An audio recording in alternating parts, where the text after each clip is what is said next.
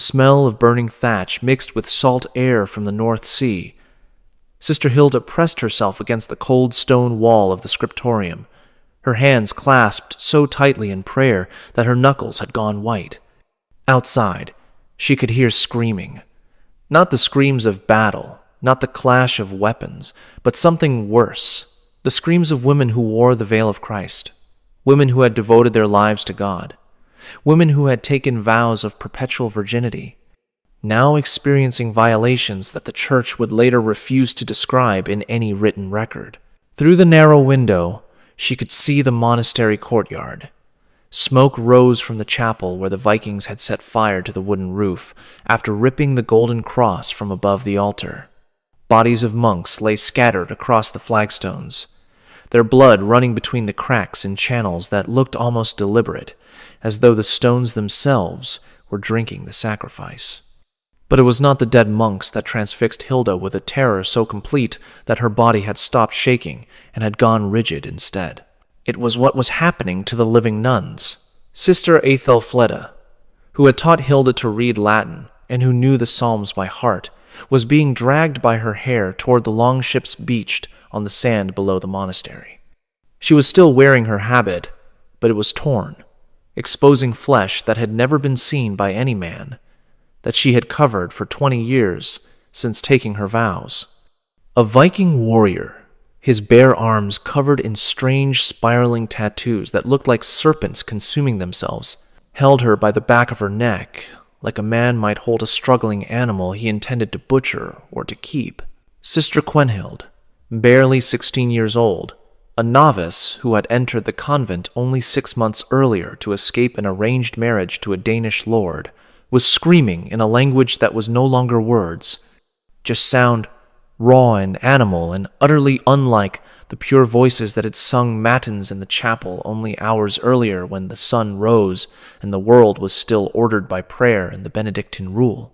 And Sister Eadburg, the abbess herself, a woman of 50 years who had governed the monastery with wisdom that bishops sought in their correspondence, who had copied manuscripts that preserved knowledge from Rome and Greece and the Eastern churches, was being forced to watch what the raiders were doing to her sisters before they would decide what to do with her. Her face was blood-streaked from where they had struck her when she tried to intervene. Her veil had been ripped away, revealing hair that had been hidden from all eyes for 30 years, gray and thin and utterly human, rather than the saintly abstraction the nuns represented in their covered modesty. Hilda watched from the scriptorium and understood that she was witnessing something that would never be fully recorded. The monks who wrote the Anglo-Saxon Chronicle would note that heathen men had raided the monastery. They would mention that the church was destroyed and monks were killed and treasures were stolen. They would call it the beginning of the age of Vikings, the first great raid that announced to Christian Europe that a new terror had arrived from the north. But they would not describe what happened to the nuns. They would not record the specific acts, the particular degradations, the fates of individual women whose names they knew and whose families had paid dowries for their safekeeping in holy houses. Because what the Vikings did to Christian nuns was so disturbing, so violative not just of their bodies but of everything sacred in medieval Christian cosmology, that chroniclers could not write it down without committing their own form of sacrilege. The documents that survive speak in silences and euphemisms. The sisters suffered greatly. Unspeakable acts were committed against the brides of Christ. God permitted the pagans to defile what was most holy. The specific details were suppressed, first by the church, which could not acknowledge such complete desecration of consecrated virgins, later by historians who assumed the chronicle's silence meant nothing particularly noteworthy had occurred, that these were routine casualties of medieval warfare. But the Vikings knew what they had done.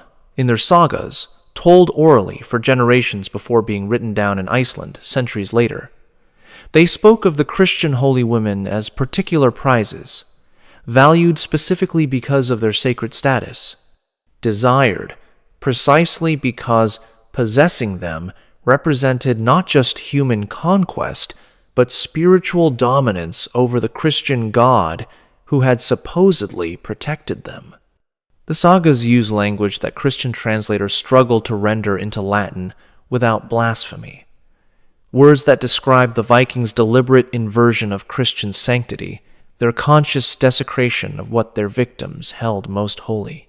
And a few documents survived, hidden in monastery archives, preserved in Irish monasteries that escaped destruction. Copied and recopied by scribes who knew these stories must be remembered even if they could not be spoken aloud.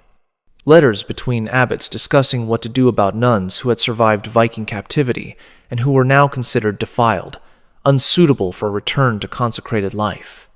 Penitential texts that struggled to assign appropriate penance for women who had experienced violations against their will but who had survived and who now lived in a theological limbo that canon law had not anticipated. Tonight you will learn what actually happened when Vikings raided monasteries, what they did to the women they found there, what those women experienced during captivity, and why the church refused to record the details. You will learn about specific women whose names survived in fragmentary sources, whose fates can be partially reconstructed from evidence that was meant to be destroyed, but that escaped the flames. You will learn about the particular cruelty of violations committed not just for conquest, but for religious desecration, about women whose suffering was compounded by the knowledge that their own church would later reject them for having been victims. But before I tell you about Sister Æthelfleda's fate, before I reveal what happened to the nuns taken from Lindisfarne in 793 when the Viking Age began, before I explain why abbesses would later choose death over capture, I need to take you back. I need to show you who these women were, why they had chosen monastic life, what their vows meant in the context of medieval Christianity, and how the Viking raids destroyed not just individual lives, but an entire religious and social system. If you want to understand how spiritual authority provided no protection against physical violence, how religious devotion made women targets rather than safeguarding them, how survivors of atrocities were blamed rather than supported by the very institutions that should have protected them, then you need to watch this entire video. Subscribe right now because what you are about to learn comes from sources the medieval church tried to suppress, from documents that survived in fragments, from archaeological evidence that reveals what written records concealed. Hit that subscribe button and leave a comment telling me what you know about Viking raids, because I guarantee this story goes deeper into both Viking and Christian history than anything you learned in school. And watch all the way to the end, because I am going to tell you about the nuns who survived, what happened to them afterward, how some found ways to preserve their dignity despite everything, and how the Viking Age ultimately changed how monasteries protected their women. Now let me take you back to the world before the Vikings came, to understand who these women were and what they would lose. In the 8th century, Christian monasteries across Britain, Ireland, and northern Francia were centers of learning, wealth, and spiritual authority that had no parallel in the secular world. These were not the grim medieval cloisters of popular imagination, but thriving communities that combined religious devotion with practical skills, that preserved classical learning while creating new works of art and literature, that educated both men and women, that owned vast estates and exercised political influence that sometimes exceeded that of local lords. Women played crucial roles in this monastic world. Unlike secular society where women were defined entirely by their relationships to men as daughters, wives, or mothers, monastic life offered alternatives. A woman who took religious vows acquired a defined legal and social status independent of family connections. She could own property through the monastery. She could exercise authority as an abbess governing both monks and nuns in double monasteries. She could become educated in Latin and theology and manuscript copying and medicine. She could participate in spiritual exercises and mystical experiences that were considered among the highest achievements of medieval Christianity. The decision to become a nun was not always purely voluntary. Families placed daughters in monasteries for various reasons: to avoid disadvantageous marriages, to provide for younger daughters when dowries were scarce, to fulfill religious vows made by parents, to secure prayers for family souls. But many women did choose this life genuinely and found in it satisfactions that secular existence could not provide. The letters and writings that survive from medieval nuns show women who were intellectually engaged, spiritually fulfilled, and conscious of their privileged position within a society that otherwise offered women few opportunities for autonomy or authority. The monastery at Lindisfarne, located on a tidal island off the coast of Northumbria in northern England, was founded in 635 by Irish monks bringing Christianity to the Anglo-Saxon kingdoms. For more than a century, it grew in wealth and reputation, producing illuminated manuscripts, including the Lindisfarne Gospels, training bishops and missionaries, accumulating donations of land and treasure from pious nobles. By the late 8th century, Lindisfarne housed dozens of monks and a smaller community of nuns who lived in separate quarters but shared the church for Mass and divine office. Among these nuns was a woman whose name appears in one fragmentary source as Ethelfleda. We know almost nothing about her with certainty, but the name was common among Anglo-Saxon nobility, and women of aristocratic birth frequently entered prestigious monasteries like Lindisfarne. If Ethelfleda followed the typical pattern, she would have entered monastic life as a girl, perhaps at age 7 or 8, given to the monastery by parents who wanted to secure divine favor or who had too many daughters to marry off advantageously. She would have been educated in the monastery school, learning to read Latin so she could participate in liturgy, learning to copy manuscripts, learning the Benedictine rule that governed monastic life through a precise schedule of prayer, work, and rest. By the time she was in her 20s or 30s, Ethelfleda would have taken final vows of poverty, chastity, and obedience. The ceremony would have been elaborate, modeled on wedding rituals, with Ethelfleda dressed as a bride presenting herself to Christ as her eternal spouse. She would have prostrated herself before the altar while the liturgy of consecration was sung.